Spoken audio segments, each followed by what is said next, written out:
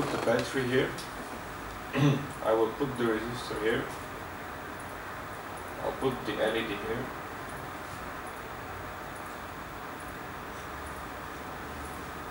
And if it's 12 volts, and if this LED consumes 10 milliamps or 2.2 volts, let's calculate the value of this resistor. Yeah, how would we calculate it? You can help me out. Calculate the what, sorry? We need to put the correct value here. Okay. So this doesn't burn out, or if it's too big, it's just not light. Yep. So let's try to find the value of this resistor. How do we find it? We have a battery, basically, which is 12 volts. We have a resistor here, and we have an LED. Sorry. We have an LED which consumes 10 milliamps and 2.2 volts. So how do we choose this resistor? If you already know how much current is going to go through that, Okay. then you can just do voltage above. The current is going to be the same as this. Yeah, exactly, because it's Yeah, series. So exactly. if you know the voltage and the current, you can find the resistance. But Let's find it. using on foot. I'm looking for my calculus. You just do B over R. This is the Ohm's law. So how do we calculate it? So B over I will give you resistance. Okay, we need R. R equals U divided by R, right? Yeah. So, yeah, sorry. So, what is U? 12. How much? What do you mean by, you use voltage? 9.8. Oh, resistor. No, we know the current. 2.2. Current is 0.01. Yeah. 2.2. And what should I write here? 2.2. You should 12 because that's what you want. 9.8. Is it the difference? Is it Oh, you need to take away the. Yeah, you need to subtract 12 2.2 minus from 2.2. there, yeah. So what you get is 9.2. So what you'll get is 980, yeah? Yeah. 980 ohms. In these cases, you can put a kilo, doesn't really matter. I mean, it's better to get higher one than lower one. And also every resistor has a percentage. There are 5% ones, there are 1% ones, there are 10% ones, which is the error of the resistor. So I will change the value of this, sorry, into, instead of 10 kilos, 980 R, and I will run the LED lights. Now let's measure the voltage on the LED, for example. We'll take a virtual DC voltmeter, we'll connect it to here,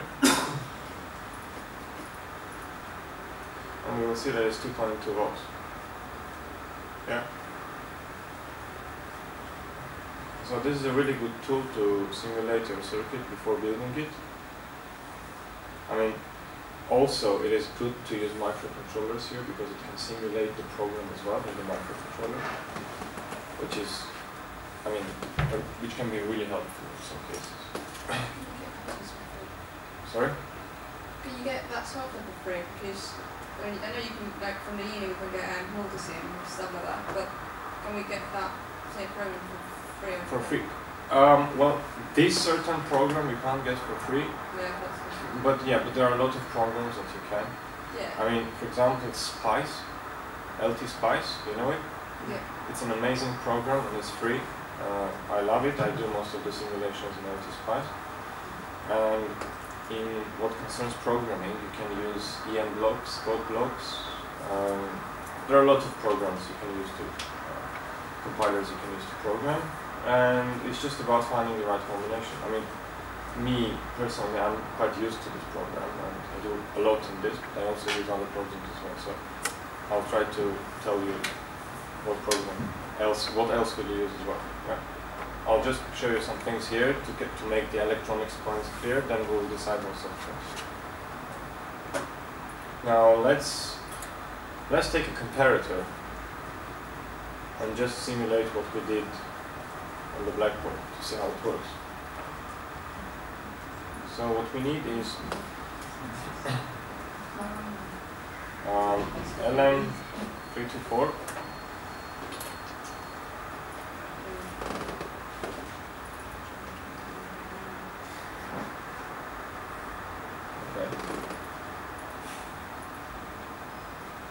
So for example, we have a ground connected here. We have the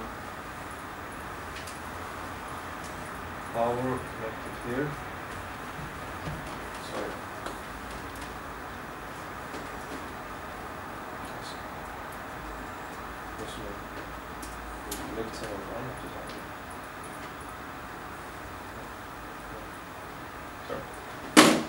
So we have the comparator. Let's connect an LED. Again, a green one.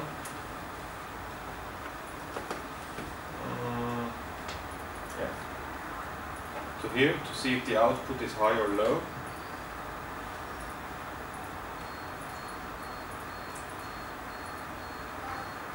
And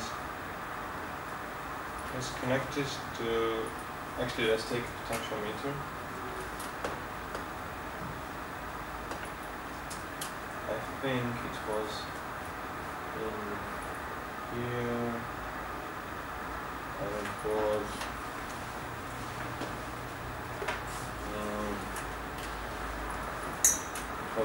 POT. Yeah, there it is, the linear one. Let's take this away for a while. So what we do is we give it a threshold over here. This is plus and this is minus. And we take, let's say, another potentiometer. This will be the output of our sensor, yeah? Let's imagine that.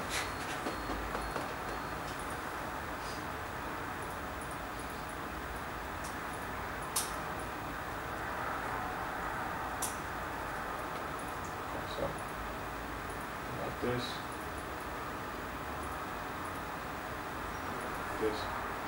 we'll connect this to it. Right. Let's connect some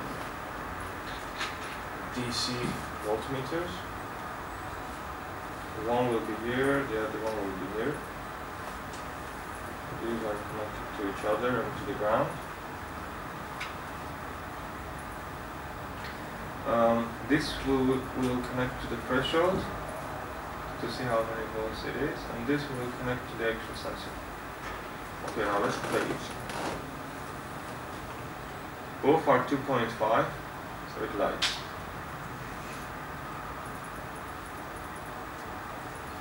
See, when the threshold is 3 volts,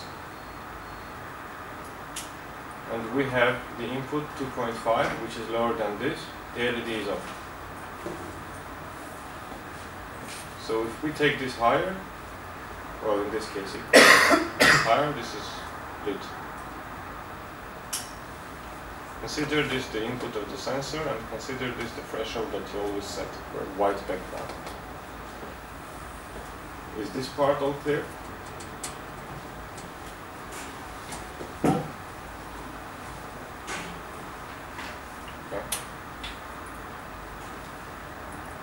I'll show you another thing. Is there anything you want me to explain or go into more detail? Yeah, if you just missed the last one which you... Sorry? You just missed the last one which you explained about, Like this? Yeah. Okay, basically, we have a comparator which has a threshold here. See? Yeah. We change the threshold by changing this value. Look. This is the threshold voltage. Yeah. Let's put it 1.5 volts. Yeah? This means if we have a voltage here which is above that, in this case 2.5, see, if it's below, the output is 0. If it's above the voltage, the output is 1. So what we do is, this is always on the board, and we are just simulating by this the sensor of black and white sensor. Because this can change and this is fixed. So we fix it in the black color threshold, and this always changes. And instead of this, because the output is either 5 volts or 0 volts, see, this is an operational amplifier, but because it doesn't have any feedback, you can consider that the gain is infinite or a very big number. So whatever small difference it senses here, it multiplies by the big gain, and it either gets like 5 volts or it gets down to 0. There is nothing to limit it. There is no feedback resistance. So yeah, that's about it. Now let's simulate the motor turning. Yeah, with the L293. Let's erase all this. Add an L.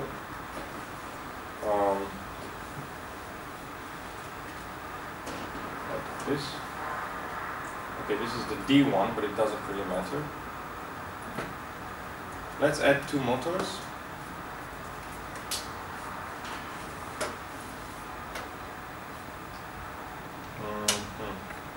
Simple DC motor active.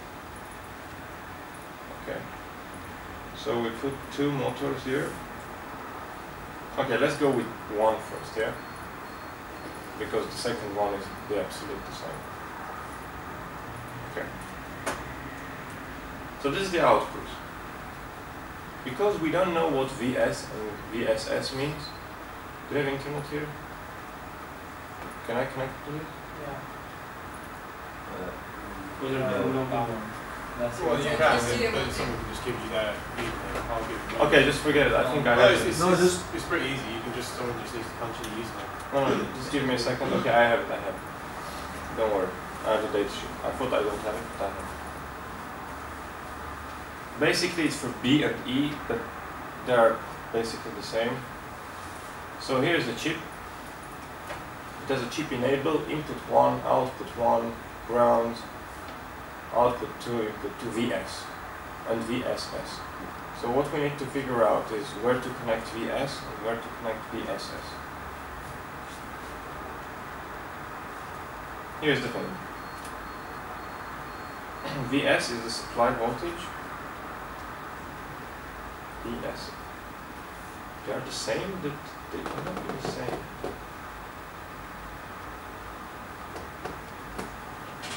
Yeah, basically VSS is the logic supply voltage, which should be 5. This should be 5, this should be however much we want to give the motor to spin. So in this case, we will put like, I don't know, 12 volts here. And we can put 5 volts here.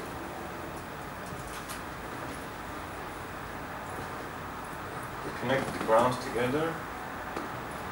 And we connect it to the ground. So now when I play it, the motor is stopped. Yeah? Now let's put a button on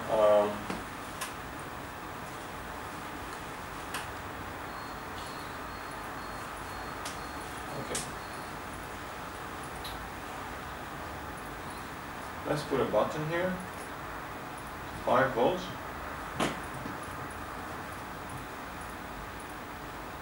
Input 1, and the enable should be active as well if you want to spin it. So let's connect this together. Let's play it. If I press the button, it doesn't work. Why? Maybe this should be minus. Yeah, it started working. So here's the thing. Okay, let me simulate it in a better way. Erase this. Let's put 2 buttons here. 1, 2, and another one here.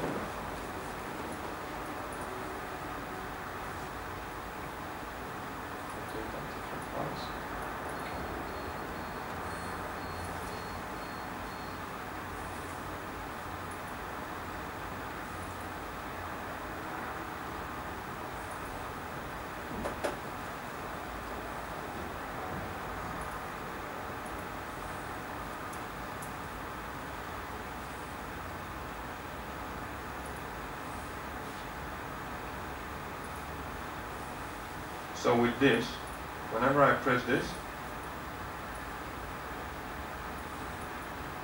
I get a 1 on enable. Why is it 1 if this is not pressed?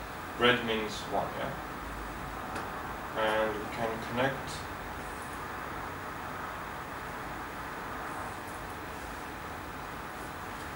this one to here. Okay, let's just do this. Let's just connect this to ground. I don't know why it has a 1 on the pin. Maybe there's a pull up or something. Just give me a second. Okay, so I guess the enable is set by default.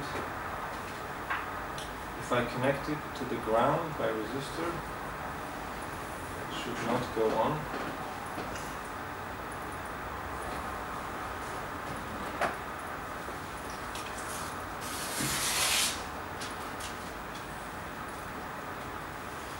It does. Very strange. Anyway, in real life it's not like this. So when the enable is set to 1 it turns, when it's not it doesn't. So what you should do is you should connect it like this to the pin of the microcontroller. Like this. So whenever you press, when you set the voltage high here, this part enables. And then you can set either 1, 0, which will turn to one direction, or the opposite, 0, 1, it will turn to the other direction. So let's turn it on again.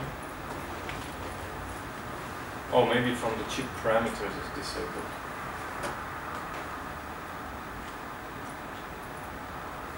Okay, I'm not going to go into details. We don't have much time for this, but this is the main principle.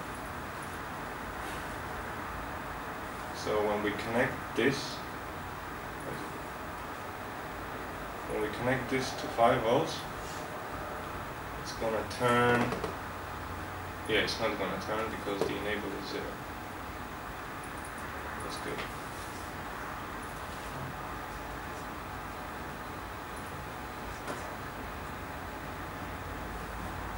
Yeah, when I connect this to 0, look, input 2 is connected to 0, input 1 is connected to 5. So in this case, it's going to rotate clockwise. If I connect these two opposite directions, like if I connect this to here, and then connect this to here, it's going to spin the way around. So what you do is you just give the correct values from the microcontroller to these pins, and you can connect your robot. I mean, you can drive your motor, exactly. So yeah, this is the motor part. And the same is with the second part, which is won't waste time.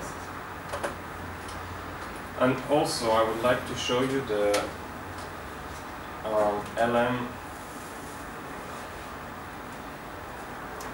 7805, or maybe it's L, maybe it's just like this, yeah. 5 volt fixed 1 amp positive power supply. This is what it is. So if I have a DC voltmeter, I can connect this to ground, measure the output voltage. I can, let me just define the ground for a second.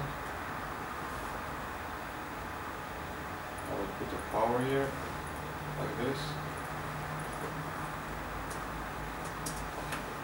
Oh, sorry, 11 or 12. So look, if I plate, so I should have written plus. If I plate, it's 5 volts. No matter what the input is. If I write plus 10 volts, it's going to be the same 5 volts. Yeah? Good thing is,